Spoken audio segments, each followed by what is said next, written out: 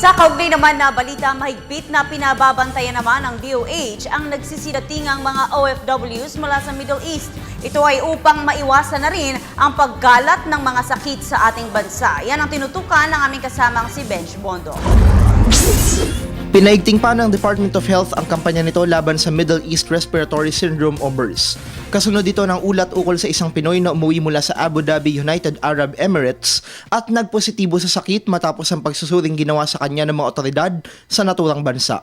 Kabilang ang naturang Pinoy sa higit 400 pasaherong lula ng Etihad Airways Flight EY0424 na lumapag sa Ninoy Aquino International Airport nitong Martes Santo. Mabilis na natrace ng mga kinauukulan ang pasahero maging ang mga taong nakasalamuhan nito na agad namang sumailalim sa pagsusuri. We were able right away to track this index passenger while he was on his way home and requested his relatives as well as well-wishers to subject themselves to testing and medical observation at a DOH regional hospital.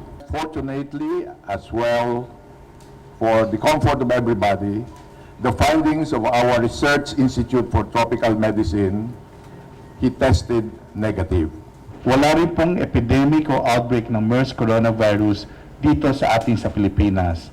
Kaya po ito tinawag na MERS coronavirus dahil ito po ay nagmula sa Middle East o sa Arabian Peninsula na binubuo ng Saudi Arabia, United Arab Emirates, Qatar, Oman, Bahrain at Yemen.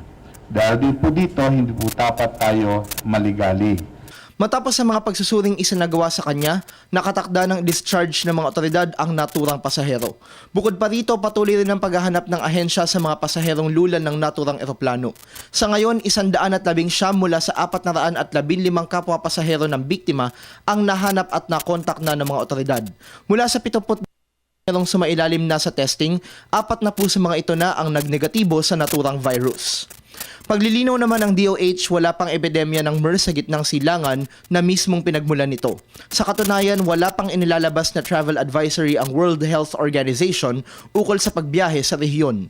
Sa kabila nito, nag-issue ang Bureau of Quarantine ng travel alert para sa mga Pilipinong bibiyahe sa mga bansa sa gitnang silangan bilang pag-iingat. Naitala ang unang kaso ng MERS na sanhi ng coronavirus sa Saudi Arabia noong Abril 2012. Wala pang gamot o bakuna laban dito. Kasunod nito, pinapayuhan ng publiko lalo na ang mga Pilipinong mula sa mga bansang may kaso na ng sakit na kumonsulta agad sa doktor upang mabigyang lunas ang mga sintomas na dulot nito gaya ng lagnat, ubo at hirap sa paghinga.